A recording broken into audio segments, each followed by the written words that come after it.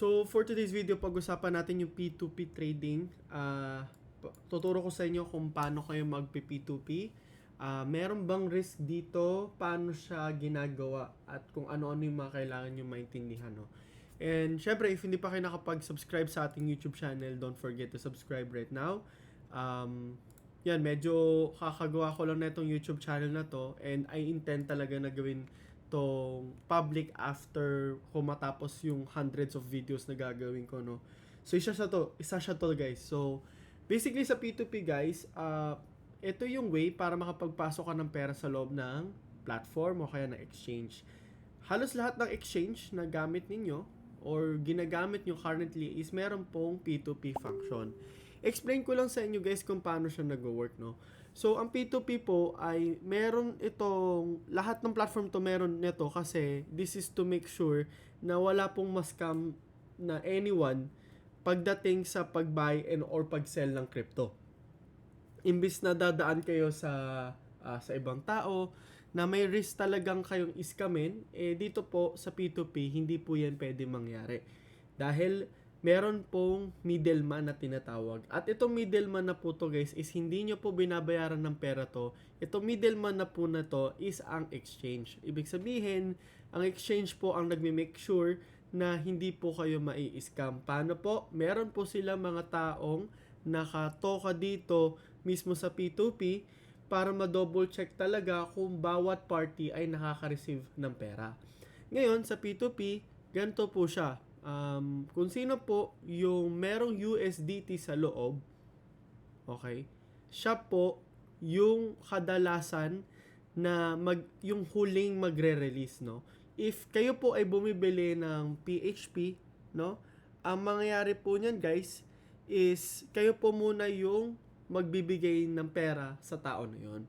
And then after niya po na-receive, 'di ba? Tsaka alam nyo po yun, marireceive yung USDT na bibili nyo or kung ano man. Ngayon, kung meron ka namang USDT o meron kang USD sa loob ng pera mo, 'di ba? Yung tao naman ang bibili sa iyo ng USDT at ikaw naman yung magbebenta dito. And pag nangyari po yan is sila po muna magsesend ng pera sa inyo bago po kayo yung mag-send sa kanila. Okay? So, dito po, guys, makikita nyo na marami pong functionalities dito. Ibig sabihin, hindi lang po Philippine peso. Every countries po, guys, ay nag-crypto, no? So, marami pong options dyan. May VND, may Vietnamese dong. Ang dami, guys. Merong GBP, merong kung ano-ano pang countries. Nandito po yan lahat, no? And bawat countries po guys is merong mga sariling payment methods yan. And if makikita mo din dito guys, no, marami pong tao dito na bumibili, no, at nagbebenta ng USDT nila. And usually kapag bumibili po kayo dito guys is syempre mas mataas po talaga yung presyo versus into selling. Pero this one guys is sobrang baba ng pagbenta ng pag-sell dito and buy, no. So may tinatawag din na arbitrage natin. Ang ibig sabihin naman na arbitrage is bumibili ka ng USDT sa ibang exchange tapos ililipat mo siya sa platform na ginagamit mo. No, kaya makikita mo dito guys, no, kapag dito ka nag-buy, mataas, no, 58 dito, 55. Pero sa ibang platform nasa 57 pag nag-buy ka, tapos pag nag-sell ka, sabihin natin mga 56.5. Mga ganon, no. So, bakit ko to ina-explain sa inyo? Basically guys, this is part of my videos na i-share sa inyo lahat ng kailangan nyo matutunan, no. And if gusto mo naman maging P2P seller or P2P trader, meron po yung mga requirements, no. So unang-una, ang requirement po dyan is to i-KYC mo yung sarili mo. And after nyan, i-bind mo yung 2FA. Bakit po? Kasi kapag nang scam ka sa mga gantong klaseng exchange, no,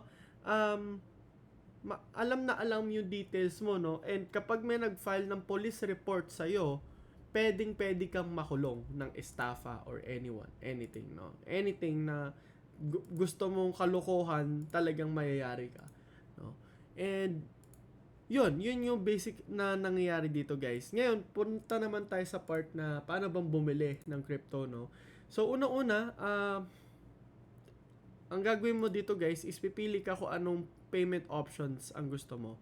So may GoTime, may Maya, may BPI, may GCash. Ang dami guys, ang dami. To be honest, ito yung ginawa ko example but sobrang dami po niyan. Depende sa kung anong gamit mo, no? And then, syempre may kita mo rin dyan kung anong price mong gustong bumili. And after mo bumili, after mo matagel yan, no, meron ka rin naman makikita dito sa mga merchant side. Maski dito guys, so pag nagbebenta ko, meron ka makikita sa mga merchant side na kung ano yung payment method na tinatanggap nila. Whether Maya, whether GCash, pwedeng GoTime, pwedeng CoinsPH, at kung ano-ano pa. So, pwede ring UB, no? Pwede ring bank transfer na tinatawag. Ibig sabihin, pag bank transfer, kapag naka-bank transfer po yan, kahit anong bank na meron ka, sa'yo po, sa'yo, yung mismo bumibili po yung nag-a-adjust, no? Or ikaw mismo yung mag-a-adjust. Kung wari, ang payment method niya dito is bank transfer. Ibig sabihin, kung ang gamit mo is GCash or Maya, ikaw mag-a-adjust. Ibig sabihin, ikaw magbabayad ng fees na yon, no? Kapag sell naman na crypto, ganun din, no? Again, tulad na sinabi ko sa iyo, ikaw muna makaka-receive ng pera bago mo i-release. And very important details po dito na kapag sa P2P, hanggat hindi po nare-receive ng other party yung pera, okay? Hindi nyo po pwedeng tapusin yung transaction. Hindi nyo pwede i-approve or complete yung transaction, no? Or else pwede po kayo ma-scam. So, kapag hindi nyo po nakuha yung pera dito sa P2P, no, pwede po kayo mag-chat mismo and pwede rin po kayo mag-appeal. So, kapag sinabing appeal, merong portion na appeal na hindi mo na-receive and then doon po papasok kagad yung CoinX or yung Bybit or yung Binance na support wherein nag-send na ako ng pera pero hindi niya pa rin sinesend, hindi ko pa po i-release to. Ganon, diba? Ngayon, papakita mo doon yung screenshot talaga na hindi mo na-receive yung pera. And then, after mo makita yung screenshot, makikita mo talaga doon na, yun nga, hindi mo talaga, wala ka talagang lusot dito unless, kuwari, sabi niya, na-receive, napasa mo na, tapos, di mo tinignan yung pera doon sa platform mo, for example, sa GCash mo, tapos, in-approve mo na lang yun, wala kang habol doon.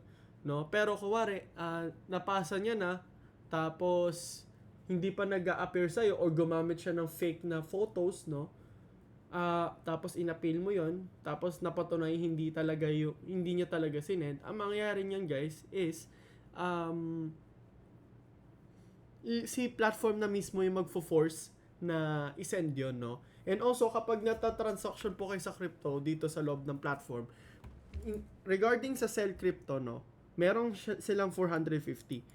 For example, tawag doon, sabi nitong tao na to, binigay niya na sa'yo yung pera, pero pagtingin mo doon sa account mo, wala naman talaga, no? Meron po yung lalabas, no, kung complete transaction na. Wag nyo po yung i-click ha, kapag hindi nyo pa talaga nare-receive. Ang mangyari po niyan guys, every transaction before kayo mag-start, no, even way before sabihin sa'yo ng tao na nasend na nila yung pera, itong pera na to guys is nalalak po ito sa pera nila. So, ano ibig sabihin po ng nalalak ito? So, ibig sabihin, the moment na nag-transaction ka sa kanila, hindi po nila matatransfer to sa ibang accounts nila. Kunwari, meron kang 450 ito, di ba? For example, nag-transaction tayo, hindi nila magagalaw to na parang walang makukuha yung platform kapag nang scam siya. Hindi po. The moment na gumawa kayo ng any operations, yung tao na may USDT sa platform, nakalock po kagad yun. And only will be released kapag na-receive na nga talaga nila.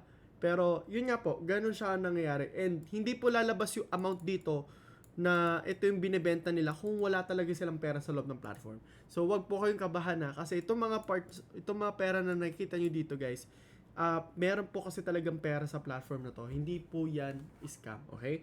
So, I hope na-explain ko sa inyo guys, no? Pwede kayo bumili, USDT, USDC, yung ibang accounts guys, meron mga ETH, may mga BTC, ibang exchanges pala, no? So, it really depends on you kung ano yung gusto mong mangyari.